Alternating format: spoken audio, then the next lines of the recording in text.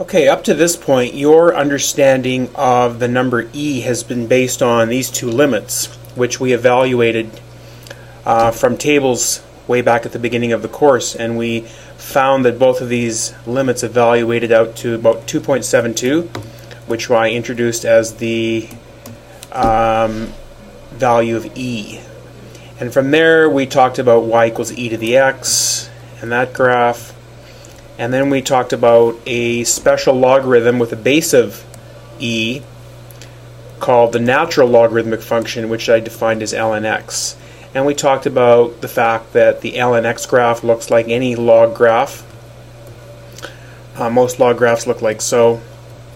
We talked about the fact that properties of ln x are the same as properties of logs. So the log of x times y is the log of x plus the log of y, for example. And we connected our understanding of ln x to any log, because that's really what we said it is. It's just a log with a base of e. Well, actually, everything we've told you is true about ln x, but the actual definition of it is related, in fact, to definite integrals, which is what we're going to talk about today. And this video will give you a different perspective on ln x and e to the x, and hopefully help you better understand the second fundamental theorem of calculus. So what I want you to do at this point is just to forget completely that you've even heard of ln x and e to the x for now, and we're going to build up our understanding of these two concepts by using definite integrals.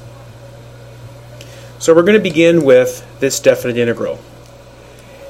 And that represents, we know, the net signed area between 1 and x under the graph 1 over t. So I've got 1 over t drawn, and the net signed area between 1 and x is the value of that definite integral. X is movable. We know that this definite integral exists because we're on a continuous interval. We know there's a net signed area. We therefore know this exists. And because we know this exists, we know that it is equal to big F of x, which is what we would typically call it. Now I'm going to give it a different name. Instead of calling it big F of x, I'm going to call it ln x. Alright, now again, keep in mind that don't think of ln x as logs, just think of ln x as a random symbol for what this whole thing represents. And the other thing we should mention is that the domain of this function, because the limits of integration must be on the continuous interval, x can't go past 0. So x is greater than 0. Alright, so what we're going to do with our definition of ln x is to show that ln x in fact behaves in the ways we've said it has behaved before this point, but all based on using this as our definition. So remember, at this point, you don't think of ln x as a log, you don't think of it being related to e in any way. It's just a random symbol for the fact that this exists. The second fundamental theorem of calculus says, remember, that if you have a definite integral on a continuous interval, then that would be equal to something which we're calling big F of x or ln x. And the derivative of this will therefore be 1 over x. Alright, let's just get an intuitive idea of what big F looks like by taking some different values. So I'm going to build my table x big F, or ln x is what we're saying big F is, and let's take some values. Well, if I put in 1 here, I'm going to get the x-intercept, which is 0. Okay, so I got a point on the graph there. Now, as I move my x value to the right, my net area is going to increase. I'm increasing more and more area, less and less area as time goes on. But since big F is the accumulated area between 1 and x, I'm going to have my area increasing, but more and more slowly. So the graph's going to look something like that. Just trying to get an intuitive idea as to how that works.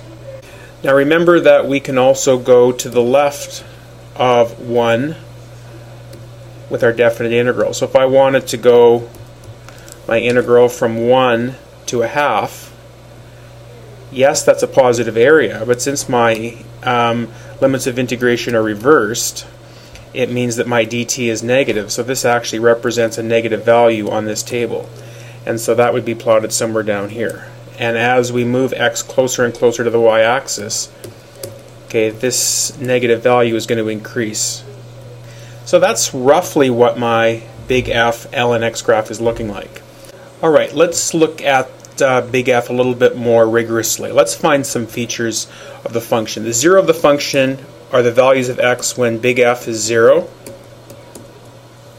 and big F is 0 when these limits of integration are the same, so at x equals 1.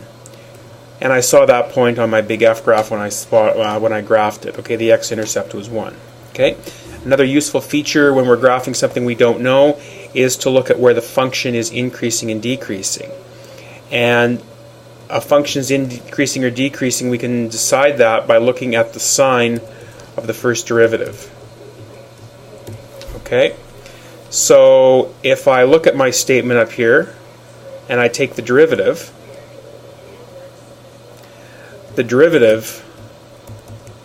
of ln x, which is this, by the second fundamental theorem of calculus will be 1 over x.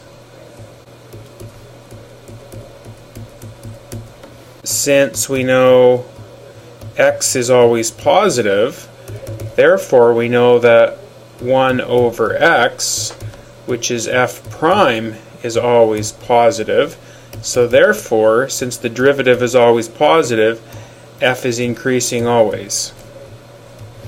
Which is certainly what we had when we were trying to get an intuitive sketch of f back up here, right? The entire graph that we have is increasing. Okay. While I'm here, I'll also notice that it looks like it's concave down. So let's see if we can use some analysis to show that the function of big F would be concave down. Okay. So to look at concavity, we need to look at the second derivative. So the second derivative, here's the first derivative, through the power rule would be negative 1 over x squared. And since our restriction to begin with was x is positive, therefore f double prime will always be negative, therefore f will always be concave down. So already, just from doing those simple things, you should be seeing that the shape and behavior of the big F graph, ln x, isn't just so random, it's looking like our understanding of log graphs. So now that we have this inkling that ln x defined via a definite integral is starting to look a lot like logs, let's look and see if perhaps ln x behaves like logs do in this way. We know that log AB would be log A plus log B.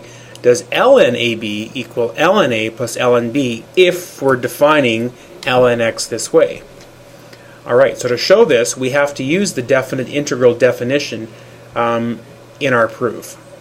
Alright, so we're going to begin by defining ln AB. Therefore, AB goes in here as the definite integral from 1 to AB of 1 over t dt. And because this has to be greater than 0 overall, that means that a and b both themselves have to be greater than 0.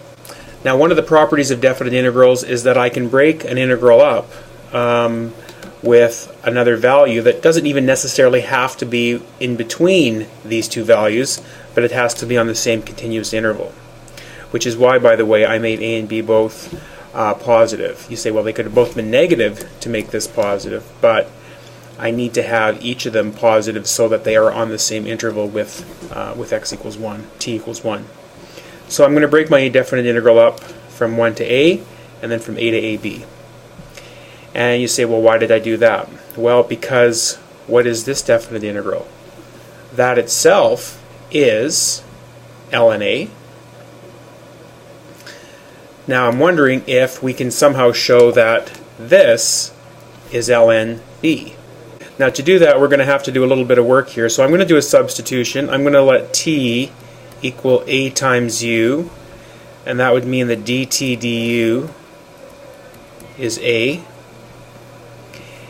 And I'm then going to do a substitution down here. So 1 over t would be 1 over au. dt, if I isolate it, would be a times du. The a's then cancel out. And then by our definite integral definition, the integral from 1 to b of 1 over u du will be ln b. And so we've shown that indeed ln ab is ln a plus ln b, the same exact way that LOGs work. So there's another connection with logarithms.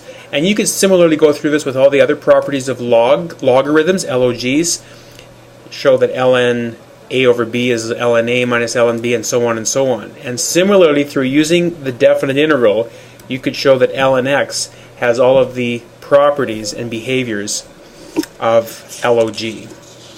Alright, just to recap briefly, so by defining ln x as a definite integral, we have shown so far that this graph, which we've assumed to be just random from the beginning, looks like and behaves like, via properties that we've shown, just like an log graph. Alright? However, we haven't talked about the connection of ln x to e at this point. So I'm going to now introduce e via the following definition. And we're going to define e as the value here, which means I'm going to put e there, so that all of this turns out to be 1. Alright, so e is defined to be the value so that ln e is 1. And so visually that would mean that the area between 1 and e under this graph will be 1. So here's 1 over t. This area right here, that's 1. And e is the point at which this area will be exactly 1. And from setting up and defining e that way, it can be shown that e turns out to be, this value is about 2.72. Alright, so coming to the final stages now, we've defined ln x and shown its properties. We've defined e in relation to ln x. Now the next question is, are these two functions inverses of each other? So to show that, we need to show this. Two functions which undo the effect of one another are going to be inverses of each other. So let's begin first by showing that this is true. Alright, so here is the argument to show this part of the inverse process first. So we know that ln e is 1 by the way we've defined it. If I put an exponent of 2 on the e, I know via properties of logs that I can bring that 2 down.